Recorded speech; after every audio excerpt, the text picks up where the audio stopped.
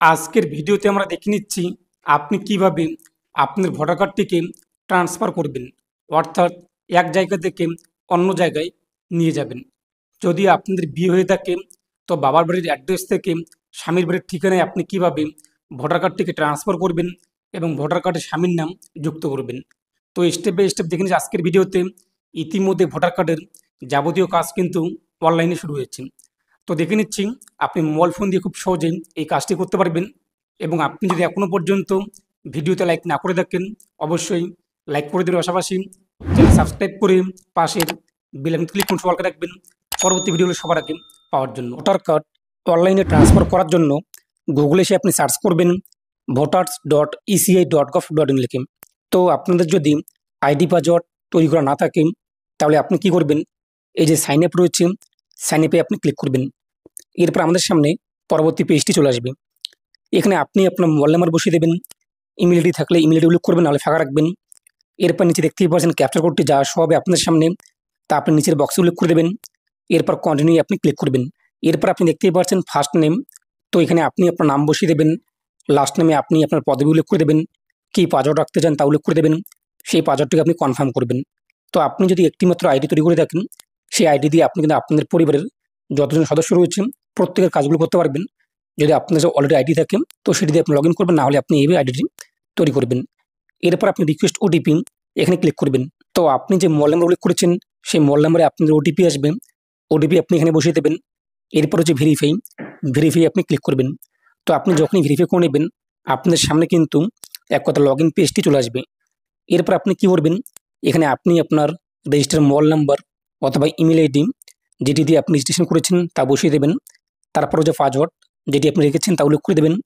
এরপর দেখতেই পাচ্ছেন ডিসপ্লের মধ্যে ক্যাপচার কোডটি, তা আপনি এই বক্সে উল্লেখ করে দেবেন, ইন্টার ক্যাপচার বক্সে। তারপর রিকোয়েস্ট ওটিপিতে আপনি ক্লিক করবেন। তো আপনাদের সামনে যদি লগ ইন পেজটি না আসে তো আপনি সরাসরি হোম পেজে চলে আসবেন। হোম পেজে আপনি দেখতেই পাচ্ছেন লগ ইন অপশন রয়েছে, এই লগ ইনে আপনি ক্লিক করবেন। এরপর আপনি আপনার রেজিস্টার মোবাইল নাম্বার বসিয়ে দেবেন, যে মোবাইল নাম্বারটি দিয়ে আপনি রেজিস্ট্রেশন করেছেন, যে পাসওয়ার্ড রেখেছেন রেজিস্ট্রেশন করার সময় তা উল্লেখ করে দেবেন। এরপর ডিসপ্লের মধ্যে ক্যাপচার দেখতেই পাচ্ছেন, তার নিচের বক্সে উল্লেখ করে দেবেন। এরপর রিকোয়েস্ট ওটিপিতে আপনি ক্লিক করবেন। আপনাদের মোবাইল নাম্বারে কিন্তু ওটিপি আসবে। এরপর আপনি এখানে ওটিপিটি বসিয়ে দেবেন। তারপর ভেরিফাই এবং লগ ইন এখানে ক্লিক করবেন। তো লগ ইন করতে আমাদের সামনে ড্যাশবোর্ড চলে আসবে। তো এখানে আপনাদের নাম সব রেজিস্ট্রেশন করার সময় যে নামটি আপনি উল্লেখ করেছেন, তারপর নিচে আপনি চলে আসবেন। নিচে আপনি দেখতেই পাচ্ছেন যে বিভিন্ন কিন্তু ফর্ম রয়েছে। আমরা এখান থেকে কী করবো, এই যে ফিল ফর্ম 8 এখানে ক্লিক করব। 8 নম্বর ফর্মটি আমাদের কিন্তু ফিল আপ করতে হবে অনলাইনে ভোটার কার্ড ট্রান্সফার কিংবা সংশোধন ইত্যাদি কাজগুলো করার জন্য। এই যে ফিল ফর্ম 8 এখানে আপনি ক্লিক করবেন। পরবর্তী পেজটি চলে আসবে, একটি পপ আপ শো হবে সেলফ এবং আদার ইলেক্টর। তো আপনি কি করবেন, এই যে আদার ইলেক্টর এটি আপনি সিলেক্ট করবেন। এরপর যে ব্যক্তির ভোটার কার্ডটিকে আপনি ট্রান্সফার করতে চাচ্ছেন, এক জায়গা থেকে অন্য জায়গায় নিয়ে যাবেন, তো সেই ব্যক্তির ভোটার কার্ড নাম্বারটি বসিয়ে দেবেন। তারপর সাবমিটে আপনি ক্লিক করবেন। তো সাবমিটে ক্লিক করতেই নিচে আপনাদের সামনে কিন্তু সেই ব্যক্তির তথ্য চলে আসবে। তো আপনি একবার মিলিয়ে নেবেন যে সব কিছু ঠিকঠাক রয়েছে কিনা। যদি মনে হয় ঠিকঠাক রয়েছে, নিচে আপনি দেখতেই পাচ্ছেন ওকে রয়েছে, ওকেতে আপনি ক্লিক করবেন। ওকেতে ক্লিক করতেই আপনার সামনে এরকম একটি পেজ চলে আসবে। পার্ট নাম্বার যেখানে দেখতে পারবেন, সিরিয়াল নাম্বার দেখতে পারবেন। এরপর হচ্ছে কিন্তু অ্যাপ্লিকেশন ফর, আপনি কোন কাজটি করতে চাচ্ছেন, shifting of residence, correction of ইন্টার্স in exiting electoral roll, issue of replacement epic without correction, request for marking as person with disability।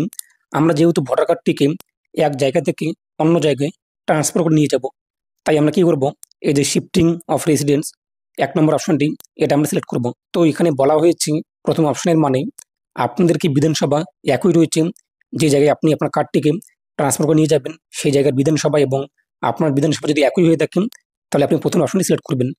আর দ্বিতীয় অপশনের মানে কি, আপনাদের ভোটার কার্ডের পিছনে যে বিধানসভা নাম রয়েছে, এখন আপনি আপনার কার্ডটি যে নতুন জায়গা কিংবা নতুন অ্যাড্রেসে নিয়ে যাচ্ছেন এবং সেই জায়গার বিধানসভা যদি আলাদা হয়ে থাকে তাহলে আপনি আউটসাইড অ্যাসেম্বলিটি সিলেক্ট করবেন। তো আপনি আপনার অ্যাকর্ডিং যা হয়ে থাকে তা সিলেক্ট করে নেবেন। এখন আপনি আপনার কার্ড যদি এক কথা বাবার বাড়ি থেকে স্বামীর বাড়ির অ্যাড্রেসে ট্রান্সফার করতে যাচ্ছেন কিংবা কার্ডটিকে ট্রান্সফার করে নিয়ে যাবেন, তো আপনি আপনার স্বামীর কিংবা আপনাদের শ্বশুর মশাইয়ের যে ভোটার কার্ড রয়েছে তার পিছনে দেখে নেবেন যে বিধানসভা নাম এবং আপনার ভোটার কার্ডের মধ্যে যে পিছনে বিধানসভা নাম রয়েছে একই রয়েছে কিনা। যদি আলাদা আলাদা থাকে তাহলে আপনি আউটসাইড অ্যাসেম্বলি এটি সিলেক্ট করবেন, আর যদি একই থাকে তাহলে উইদিন অ্যাসেম্বলি এটি সিলেক্ট করবেন। অনেকের কী হয়ে থাকে যে বিধানসভা একই রয়েছে, কিন্তু আপনাদের যে জায়গায় ভোট হওয়ার কথা, আপনাদের বুথ নং আলাদা হয়ে গিয়েছে, সেক্ষেত্রেও আপনি কিন্তু উইদিন অ্যাসেম্বলি এটা সিলেক্ট করতে পারেন যে আপনি আপনার বুথ নং শুধুমাত্র আলাদা অন্য জায়গায় চলে গিয়েছেন, সেটিকে আপনি আপনার বাড়ির পাশে যে ভোট গ্রহণ কেন্দ্র রয়েছে সেখানে নিয়ে আসতে চান, তাহলে আপনি উইদিন অ্যাসেম্বলি এটা সিলেক্ট করবেন। তো আপনি আপনার এখন যা হয়ে দেখেন তা সিলেক্ট করবেন। তারপর নিচে আপনি চলে আসবেন, এই যে ওকে রয়েছে, ওকেতে আপনি ক্লিক করবেন। তো ওকেতে ক্লিক করতে এই পেজটি আপনাদের সামনে কিন্তু লোডিং নেবে ফ্রম ইট। এরপর নিচে আপনি চলে আসবেন। নিচে আসার পর আপনি দেখতেই পাচ্ছেন ডিস্ট্রিক্ট, এরপর বিধানসভা নাম এখানে কিন্তু শো হয়ে যাবে। যেহেতু আমরা উইথিন সিলেক্ট করেছি, যদি আপনি আউটসাইড অ্যাসেম্বলি সিলেক্ট করে থাকেন তো এরপর আপনি এখান থেকে বিধানসভা নামটি খুঁজে নেবেন। এরপর নিচে রয়েছে নেক্সট, এই নেক্সটে আপনি ক্লিক করবেন। তারপর নিচে আপনার নাম কিন্তু শো হবে, ভোটার কার্ড নাম্বার শো হবে। তো যদি আপনাদের আধার কার্ড থাকে তো এই আধার নাম্বারের বক্সে টিকমার্ক করবেন।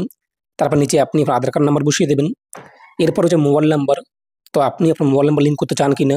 যদি আপনি আপনার মোবাইল নাম্বার ভোটার কার্ডে লিঙ্ক করতে চান তাহলে অবশ্যই আপনি সেলফি ক্লিক করবেন।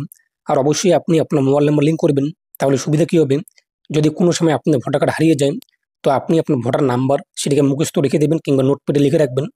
পরবর্তীতে কিন্তু সেই ভোটার কার্ড নাম্বার দিয়ে ভোটার কার্ড ডাউনলোড করতে পারবেন। সেটিও আমি আপনাদের ভিডিওর মধ্যে দেখিয়ে দেবো। তো সেলফি ক্লিক করে নিচে আপনি আপনার মোবাইল নাম্বার বসিয়ে দেবেন। এবং আপনি যদি চান যে ইমেল আইডি উল্লেখ করতে, তো সেলফি ক্লিক করে আপনি আপনার ইমেল আইডিও বসিয়ে দিতে পারেন। তো এখানে রয়েছে নেক্সট, নেক্সটে আপনি ক্লিক করবেন। আমরা প্রথমে যেহেতু শিফটিং অফ রেসিডেন্স এই বক্সে টিকমার্ক করেছি তাই এখানে শো হয়েছে।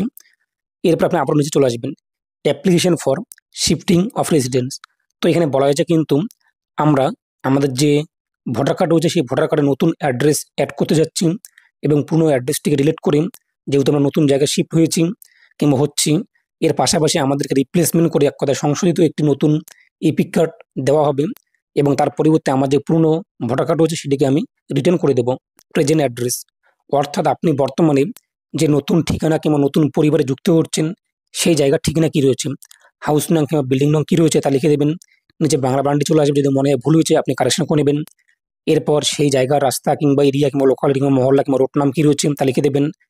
এরপর সেই নতুন জায়গার টাউন বা ভিলেজের নাম কী রয়েছে যেখানে আপনি অ্যাড হচ্ছেন কিংবা শিফট হচ্ছেন। এরপর পোস্ট অফিসের নাম কী রয়েছে তা উল্লেখ করে দেবেন, পিনকোড বসিয়ে দেবেন।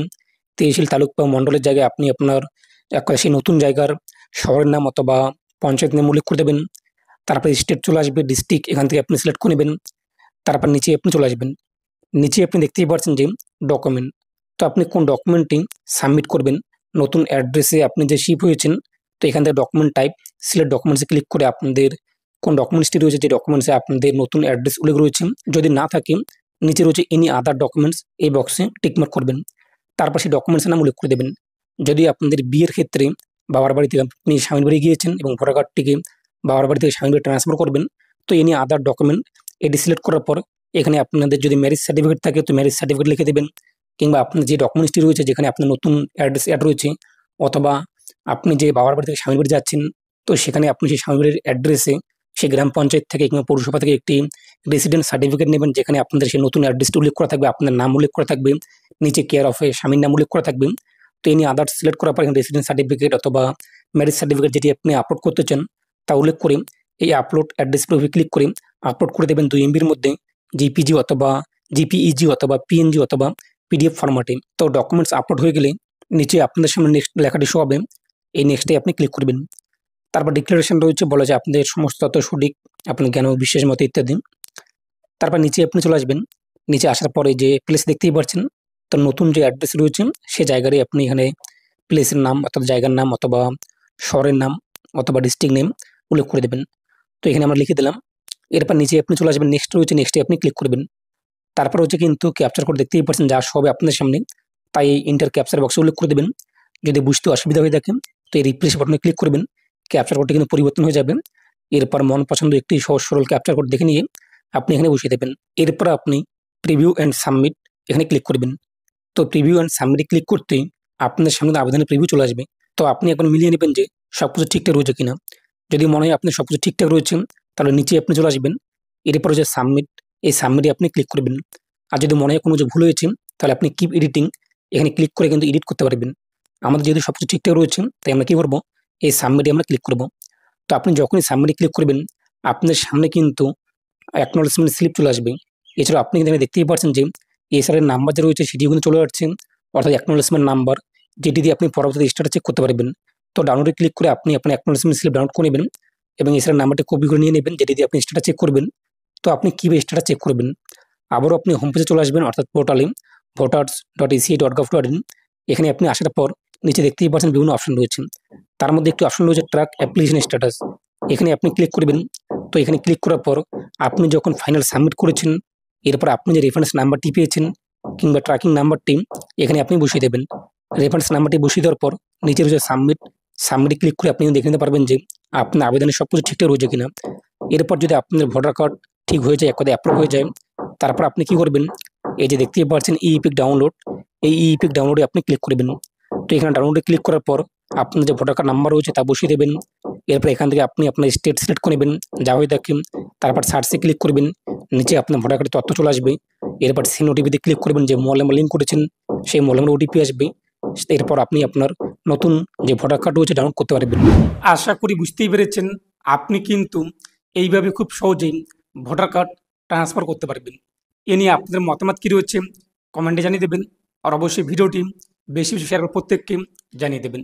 ভালো থাকুন, সুস্থ থাকুন।